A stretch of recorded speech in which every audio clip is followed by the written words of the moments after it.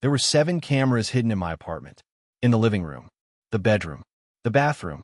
My girlfriend installed all of them, and she'd been watching everything for 4 months before I found the first one. Rachel and I had been together for about a year and a half. She was intense from the start, attentive in a way that felt romantic at first. Always knew what I was doing, always remembered details I'd mentioned once in passing. I chalked it up to her just being a good listener. We had a decent relationship. Some arguments, mostly about her jealousy, but nothing that felt like a red flag I needed to run from. That was a mistake. It started with a weird question. I'd been out with a friend for dinner. A female friend, someone I'd known since college. Nothing romantic.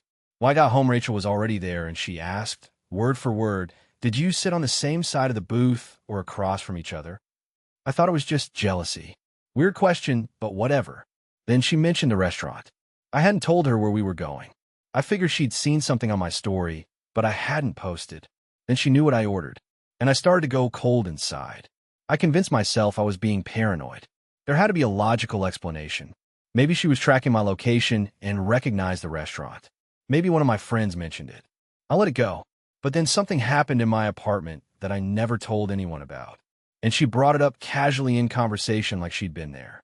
I found a first camera by accident.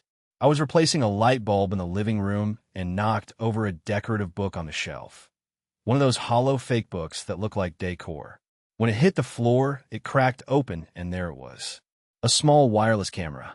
The kind you buy online for like $30. Pointed directly at the couch. I stood there holding it for a full minute before I could process what I was looking at.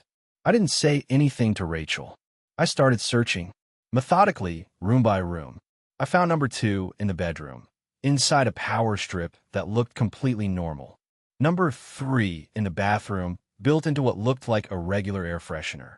By the time I found the 7th one, hidden inside a smoke detector in the hallway, I was sitting on my kitchen floor, not sure whether to cry or throw up. 7 cameras, in every room of a 1-bedroom apartment, all connected to the same Wi-Fi network, all feeding to the same account, an account that wasn't mine. And when I checked the router logs, because I know enough about tech to do that, I saw the cameras had been active for 119 days. I confronted her that night. I laid all 7 cameras on the kitchen counter and waited for her to come over. When she walked in and saw them, she didn't gasp, didn't panic. She went quiet. And then she said she did it because she loved me and she was scared of losing me. Like that was an explanation. Like love was a defense for 4 months of surveillance. She said she'd been worried I was cheating. She said she just needed to feel safe. Then she pulled out her phone and showed me the footage. She had clips saved, specific moments she'd screenshotted or recorded from the live feed. Me arguing on a phone call with my boss. Me crying after my dad's health scare. Completely private moments she'd collected like evidence.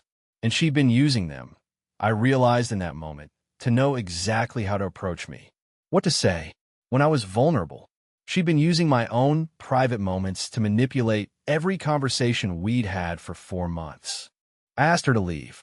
She cried. She apologized. She said she'd delete everything. I told her if she didn't leave, I'd call the police, because what she did is actually illegal in most places, and I'd already looked that up while waiting for her to arrive. She left. I changed my locks the same night. I contacted a lawyer the next morning. Rachel ended up not facing criminal charges because my lawyer said proving intent for prosecution would be complicated and expensive. But I got a restraining order. She violated it twice. The second time, there were actual legal consequences.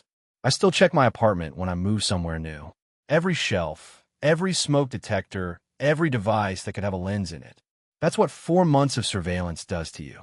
It doesn't leave. I don't think it ever fully will. But I sleep with the door locked and the cameras I installed myself, the ones I put there that I control, blinking green in the corner. And that's the difference. Would you have pressed charges?